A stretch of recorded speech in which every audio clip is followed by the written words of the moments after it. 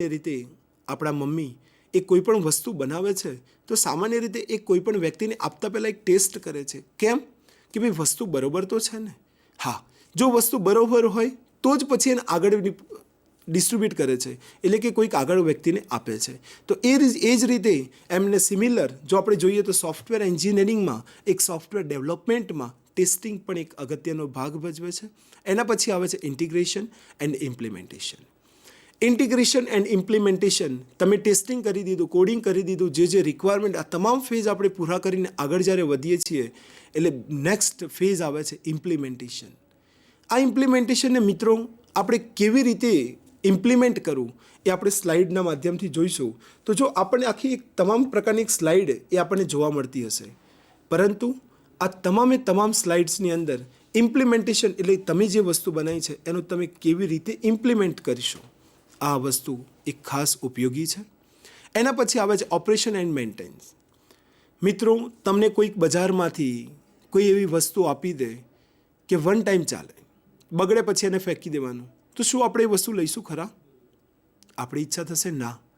તો એ વસ્તુ એ કહેવા માગે છે ઓપરેશન એન્ડ મેન્ટેન, એ વસ્તુને મેન્ટેન કરવી પણ જરૂરી છે. અમુક સમય બાદ એની અંદર કંઈક સુધારા વધારા કરવા છે તો થઈ શકે, તો એવી વસ્તુ આપણને યોગ્ય છે. તો આ વસ્તુ આવે છે મેન્ટેનન્સની અંદર. પછી ડિસ્પોઝિશન એટલે કે ડેપ્લોયમેન્ટ. ડેપ્લોયમેન્ટનો મતલબ એક સામાન્ય રીતે એવું થાય છે કે આપણે એક નાનપણ એક કોમ્યુનિકેશનથી લઈને તમામ ફેઝ, કોમ્યુનિકેશન છે, રિક્વાયરમેન્ટ ગેધરિંગ છે, ફિઝિબિલિટી સ્ટડી છે, સિસ્ટમ એનાલિસિસ છે, સોફ્ટવેરનું ડિઝાઇનિંગ છે, કોડિંગ છે, and testing, integration, implementation, operation and maintain, આ તમામ ફેઝ એક સોફ્ટવેરના ડેવલપમેન્ટ માટે આપ સંપૂર્ણ કરો છો. ત્યારબાદ સૌથી છેલ્લામાં છેલ્લો SDLC એટલે કે સોફ્ટવેર ડેવલપમેન્ટ લાઈફ સાયકલનો એક છેલ્લો પાર્ટ આવે છે. એ પાર્ટ એટલે કે ડેપ્લોયમેન્ટ. ડિસ્પોઝિશન પણ કહેવામાં આવે છે. એ વસ્તુને તમે હવે શું કરો છો? ડિસ્ટ્રોય કરો છો. એક આપો છો, એ વસ્તુ આપો છો એટલે કે જે તે કસ્ટમરની એક રિક્વાયરમેન્ટ હતી એ પ્રમાણે એને આપો છો. હવે આપણે એક સામાન્ય પણ ઉદાહરણ જોઈ લઈએ કે કદાચ કોઈ સોફ્ટવેર એન્જિનિયર હોય અને એક બીજી બાજુ એક સામાન્ય કસ્ટમર હોય. આ એક બાજુ એન્જિનિયર, એક બાજુ કસ્ટમર, આ બંને કસ્ટમરની રિક્વાયરમેન્ટ છે. એક એની જરૂરિયાત છે કે સર મારે આ રીતનું એક સોફ્ટવેર બનાવવું છે. કઈ રીતે સોફ્ટવેર બનાવશે? તો સામાન્ય રીતે એને સોફ્ટવેર બનાવવા માટે એની જે વસ્તુની જરૂરિયાત પડે છે વારંવાર, એ તમામ વસ્તુ એ સોફ્ટવેર એન્જિનિયર સમક્ષ એ રજૂ કરશે. સપોઝ એ કોઈ પણ વસ્તુ એમ કે કસ્ટમર કે મારે આ રીતે હું કોઈ પણ એન્ટ્રી કરું છું, સપોઝ કોઈ પેરાસિટામોલ હું 1 નંગ નાખું છું તો સામે ઓટોમેટિકલી એની પ્રાઇસ આવી જવી જોઈએ. હું પેરાસિટામોલની કોઈ 10 નંગ નાખું છું તો ઓટોમેટિકલી મલ્ટિપ્લિકેશન થઈને 10ની જે પણ વેલ્યુશન આવી જવી જોઈએ. તો જો સામાન્ય રીતે આ તમામ વસ્તુ કોના ઉપર આધારિત રાખે છે? તો સોફ્ટવેર ઉપર. તો આ રીતનું એક કસ્ટમરને એક સોફ્ટવેર બનાવવું છે. સોફ્ટવેર બનાવવા માટે એ તમામ પ્રકારનો એ બંને વ્યક્તિઓ એટલે કે એક બાજુ કસ્ટમર અને એક બાજુ સોફ્ટવેર એન્જિનિયર આ કોમ્યુનિકેશન કરે છે. કોમ્યુનિકેશન તો કરે છે, એ જે વસ્તુની જરૂરિયાત છે, મારે આ રીતનું જોશે, આવું કરવું છે, તો એ તમામ વસ્તુનું એક વાર્તાલાપ, એક કોમ્યુનિકેશન એ બંને વ્યક્તિઓ કરે છે. ત્યારબાદ એનું એનાલિસિસ, રિક્વાયરમેન્ટ, એ જે પણ રિક્વાયરમેન્ટ હોય એ રિક્વાયરમેન્ટ પ્રમાણે સોફ્ટવેર એન્જિનિયર એનું એસ્ટિમેશન પણ આપવામાં આવે છે કે ભાઈ આ આપની જે પણ રિક્વાયરમેન્ટ છે તો આ રિક્વાયરમેન્ટ પ્રમાણે આટલી વસ્તુઓનું આટલું એનું એસ્ટિમેટ થશે. જો સામાન્ય રીતે આપણે કોઈ પણ વસ્તુ બજારની અંદર ખરીદવા માટે જતા હોઈએ છીએ ત્યારે આપણને એટલું તો પૂછતા હોઈએ છીએ કે આનો ભાવ શું છે, એક જસ્ટ આનું એસ્ટિમેટ તો મને આપો. તો આ એસ્ટિમેટ પણ એક સોફ્ટવેર ડેવલપમેન્ટની અંદર પણ એક ભાગરૂપે છે. સામાન્ય રીતે આપણે કોઈ પણ વસ્તુ બનાવીએ છીએ તો એનું એસ્ટિમેટ પૂછતા હોઈએ છીએ. તો એસ્ટિમેટ એ પણ એ રિક્વાયરમેન્ટની અંદર એનું એનાલિસિસ કરવામાં આવે છે. આ તમામ ટેસ્ટિંગ, કોડિંગ, આ લાસ્ટ પાર્ટ સુધી, ડેપ્લોયમેન્ટ સુધી, આ તમામ પાર્ટ એ SDLC એટલે કે સોફ્ટવેર ડેવલપમેન્ટ લાઈફ સાયકલ ઉપર એ આધારિત રહેતા હોય છે. નેક્સ્ટ સ્લાઇડની અંદર આપણે જોઈએ મિત્રો કે generic activity in all software process. એક જેનરિક એક્ટિવિટી છે પણ ક્યાં? In all software process. તમામ સોફ્ટવેર પ્રોસેસની અંદર એક જેનરિક પ્રકારની એક્ટિવિટીઝ એ હોય છે. તો જેનરિક એક્ટિવિટી કઈ છે? તો માત્ર 4. કઈ? Specification, development, validation and evolution. તો સ્પેસિફિકેશન, તો what is the system should do and it development constant, development, production of the software system, validation, checking that the software is what the customer wants, and evolution એટલે કે changing the software in the response to changing the demand. જો evolution એક જે આપણે અંતિમ લાસ્ટમાં જે part જોયો ઇવોલ્યુશન, એનું કોઈ પર્ટિક્યુલર સ્પેસિફિકેશન, એ સ્પેસિફિકેશન પ્રમાણે આપ ડેવલપમેન્ટ કરો છો, એ ડેવલપમેન્ટ પ્રમાણે આપ વેલિડેશન કરો છો, અને વેલિડેશન પછી એનું ઇવોલ્યુશન. ઇવોલ્યુશન એ શું છે કે કસ્ટમરે એવું કીધેલું કે 2+2 એ હું લખું તો મારે સામે 4 આવવા જોઈએ. જો એક સામાન્ય ગણિતની મેથડથી 2+2 એક નાના બાળકને પણ ખબર છે અને એક વૃદ્ધ માણસને પણ ખબર છે કે 4 થાય છે, પરંતુ મેં અગાઉ આપણને જણાવ્યું એ મુજબ કે 2+2નો જો આપણે આન્સર એક કોડિંગ એવું કંઈક ખોટું કરી નાખો છો તો એનો આન્સર કંઈક એવો ખોટો પણ આવી શકતો હોય છે. તો જે પ્રમાણે આપણે સ્લાઇડની અંદર જોઈએ કે સોફ્ટવેર પ્રોસેસ મોડલ, આની અંદર એક ડેવલપ કરવા માટે પણ અલગ અલગ પ્રકારના મોડલનો ઉપયોગ કરવામાં આવે છે. તો મોડલો એટલે એકચ્યુઅલી સોફ્ટવેર પ્રોસેસ મોડલ એટલે શું? તો a software process model specify a general process, usually a set of the stage in which a project should be divide the stage, should be the execute and the final product should be delivered to the customer. જો અલગ અલગ એના step wise એક આખી કોઈ પણ model છે, એ મોડલને અલગ અલગ પ્રકારના ભાગની અંદર એ ડિવાઈડ કરવામાં આવે છે. તો મિત્રો આપણને પ્રશ્ન થશે કે મોડલો કયા કયા છે. તો નેક્સ્ટ પેજની અંદર આપણે જોઈએ કે મોડલો કયા કયા છે. તો ટાઈપ્સ ઓફ પ્રોસેસ મોડલ, પહેલું મોડલ છે વોટરફોલ મોડલ. એ વોટરફોલ મોડલને સામાન્ય રીતે આપણે એનું બીજું પણ નામ છે લિનિયર સિક્વેન્શિયલ મોડલ. બીજું મોડલ છે પ્રોટોટાઇપિંગ મોડલ. ત્રીજું છે રેપિડ એપ્લિકેશન ડેવલપમેન્ટ, શોર્ટની અંદર આપણે રેડ મોડલ તરીકે પણ ઓળખતા હોઈએ છીએ. ચોથું છે ઇન્ક્રીમેન્ટલ મોડલ અને પાંચમું છે સ્પાઇરલ મોડલ. મિત્રો ફરીથી હું રિપીટ કરું છું, 5 અલગ અલગ પ્રકારના સોફ્ટવેર ડેવલપમેન્ટ માટેના પ્રોસેસ મોડલો છે. પહેલું છે વોટરફોલ મોડલ, એને આપણે સામાન્ય રીતે બીજા અર્થમાં કહેવું હોય તો લિનિયર સિક્વેન્શિયલ મોડલ, એક જ લિનિયરની અંદર હોવાથી લિનિયર સિક્વેન્શિયલ મોડલ તરીકે પણ આપણે ઓળખતા હોઈએ છીએ. બીજું prototyping model, rapid application development એટલે કે શોર્ટમાં રેડ મોડલ પણ તરીકે ઓળખીએ છીએ. Incremental model, spiral model. આ પાંચે મોડલનું થોડુંક આપણે ડિટેલ્સની અંદર જોઈએ કે કઈ રીતે આ અલગ અલગ પ્રકારના મોડલ્સ એ આપણે યુઝ કરતા હોઈએ છીએ. તો વોટરફોલ મોડલ, તો એની અંદર 5 અલગ અલગ પ્રકારના ફેઝ આવે છે. અગાઉ મેં આપને સમજાવ્યું બેઝિકલી સામાન્ય રીતે. તો પહેલું મોડલમાં જે વોટરફોલ મોડલમાં પહેલો ફેઝ છે કોમ્યુનિકેશન, બીજો ફેઝ છે પ્લાનિંગ, ત્રીજો ફેઝ છે મોડલિંગ, ચોથો ફેઝ છે કન્સ્ટ્રક્શન અને પાંચમો ફેઝ છે ડિપ્લોયમેન્ટ. મિત્રો અગાઉ મેં તમને એક SDLC એટલે કે સોફ્ટવેર ડેવલપમેન્ટ લાઈફ સાયકલમાં મેં તમને બ્રીફલી એક સામાન્ય બેઝિકલી સમજાવ્યું હતું. પરંતુ વોટરફોલ મોડલ હવે આપણે ડિટેલ્સની અંદર જોઈએ કે કોમ્યુનિકેશન, તો પ્રોજેક્ટનું ઇનિશિયલાઇઝેશન, રિક્વાયરમેન્ટ ગેધરિંગ, આ તમામ વસ્તુ એક સ્ટાર્ટિંગ પોઈન્ટથી લઈને એ તમામ વસ્તુ એક કોમ્યુનિકેશન કરીએ છીએ. કોમ્યુનિકેશન કોની જોડે હોય છે? જે વ્યક્તિને સોફ્ટવેર બનાવવું છે એ વ્યક્તિ કોના જોડે બનાવે છે? તો સોફ્ટવેર એન્જિનિયર જોડે. તો સોફ્ટવેર એન્જિનિયર અને કસ્ટમર આ બંને વચ્ચે એક અલગ અલગ પ્રકારનું કોમ્યુનિકેશન થતું હોય છે. અને એ કોમ્યુનિકેશનના આધાર રૂપે પછી એ સોફ્ટવેર એન્જિનિયર શું કરે છે?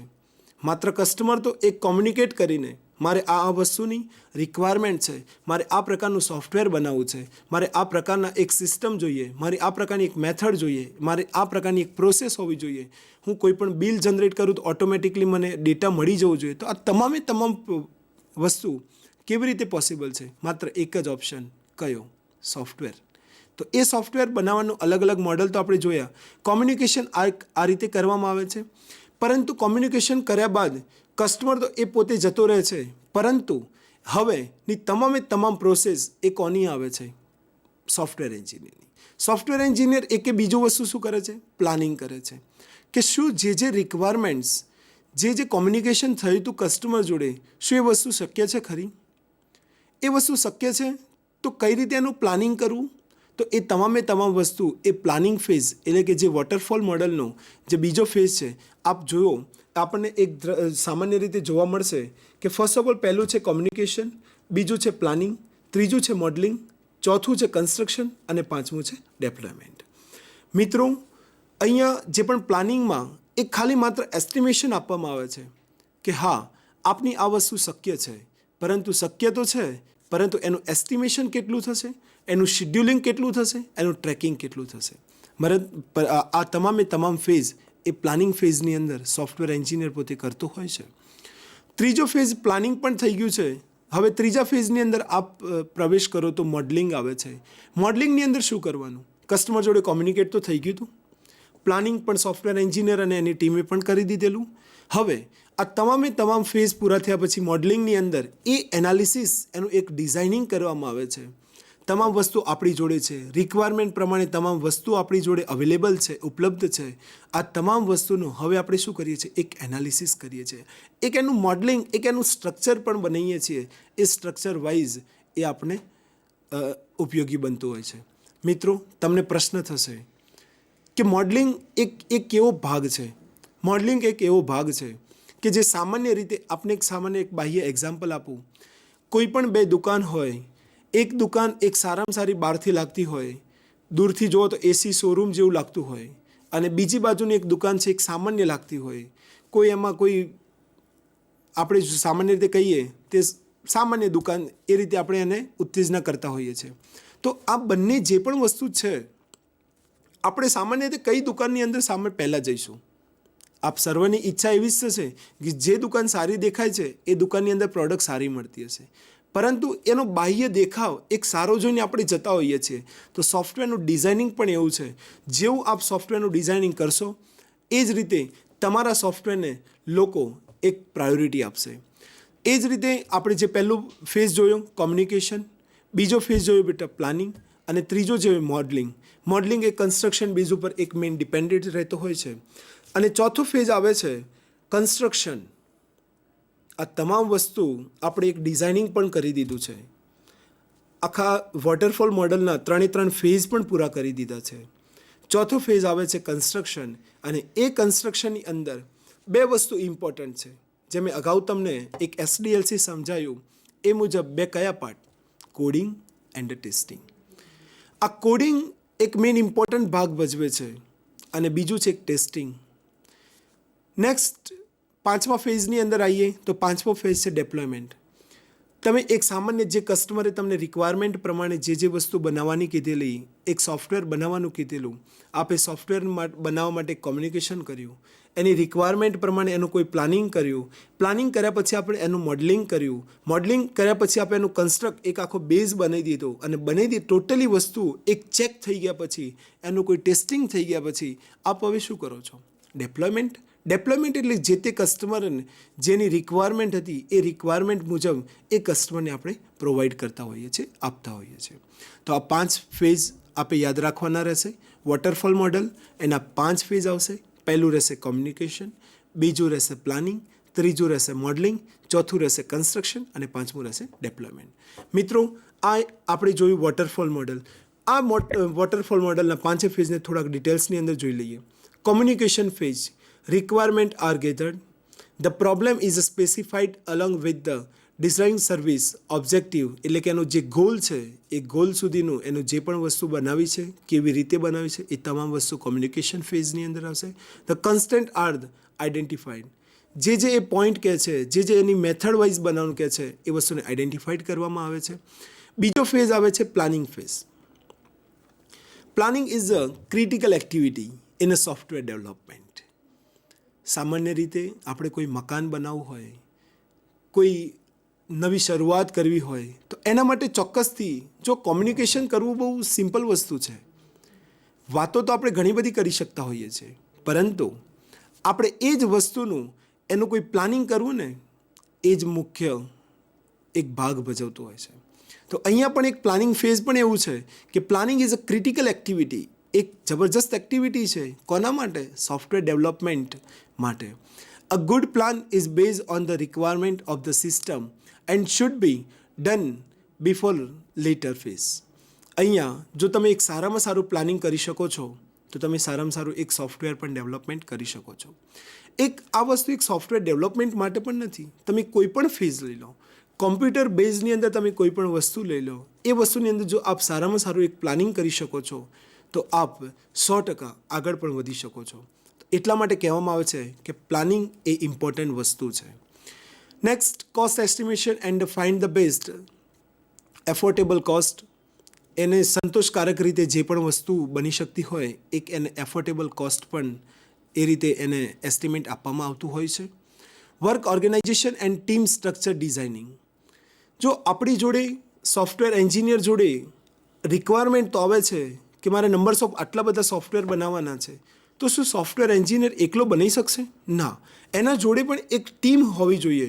એ ટીમ દ્વારા, એ ટીમના એક સ્ટ્રક્ચર દ્વારા એ વ્યક્તિ એ પોતે આખું કન્સ્ટ્રક્શન કરી શકતો હોય છે. એટલે એક પ્લાનિંગની જરૂરિયાત છે. જો આપની જોડે ટીમ હશે તો આપ અચૂકથી કામ કરી શકશો. મિત્રો, આગળ હું તમને ડિટેલ્સમાં સમજાવીશ કે કેવી કેવી રીતે ટીમ દ્વારા પણ કામ થઈ શકે છે. નેક્સ્ટ ફેઝની અંદર જઈએ તો મોડલિંગ ફેઝ. મોડલિંગ ફેઝમાં શું? એનું મોડલિંગ કરવાનું. કઈ કઈ રીતે મોડલિંગ કરો છો આપ? તો ડેટા સ્ટ્રક્ચર, સોફ્ટવેરનું આર્કિટેક્ચર વાઇઝ, અલ્ગોરિધમ વાઇઝ અને interface and representation wise. Modelling કરવું એટલે એનું એક ડિઝાઇનિંગ કરવું. મિત્રો, આપ કઈ રીતે ડિઝાઇનિંગ કરી શકશો? તો મેં આપે મોડેલિંગ ફેઝની અંદર જે સમજાવ્યું, પહેલું હતું data structure. Data structure wise અલગ અલગ રીતે આપ એનું મોડલિંગ કરી શકો છો. બીજું છે સોફ્ટવેર આર્કિટેક્ચર. સોફ્ટવેરના આર્કિટેક્ચર મુજબ અલગ અલગ રીતે આપ મોડલિંગ કરી શકો છો. અલ્ગોરિધમની એક ડિટેલ્સ વાઇઝ કઈ અલ્ગોરિધમ યુઝ કરવી છે, કયો ફંડામેન્ટલ યુઝ કરવો છે, કયો પોઈન્ટ યુઝ કરવો છે, આ તમામે તમામ ફેઝ આપ મોડલિંગ ફેઝની અંદર યુઝ કરી શકો છો. And interface representation. ઇન્ટરફેસનું એક રિપ્રેઝન્ટેશન પણ આપ મોડલિંગ ફેઝની અંદર કરી શકો છો. Next, construction phase. Coding is done. આની અંદર બે જ ફેઝ એક ઇમ્પોર્ટન્ટ છે, coding and testing. Coding is done, the implementation and testing is done. આ બે વસ્તુ કમ્પ્લીટ થઈ જાય ને મિત્રો, તો તમામ સોફ્ટવેરનું 90% કામ સંપૂર્ણ પૂરું થઈ જાય છે. કારણ કે કોડિંગ અને ટેસ્ટિંગ એ જ ઇમ્પોર્ટન્ટ છે.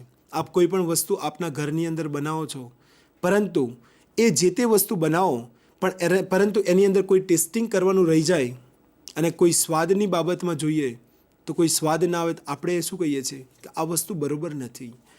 તો આ વસ્તુ બરાબર નથી તો આપણે સામાન્ય રીતે કોઈકને ટકોર કરતા હોઈએ છીએ કે ભાઈ આ વસ્તુ તમે ટેસ્ટ કરીને લાવો. જો ટેસ્ટિંગ એક કોઈ પણ વસ્તુ કોઈ બહાર આપતા પહેલાં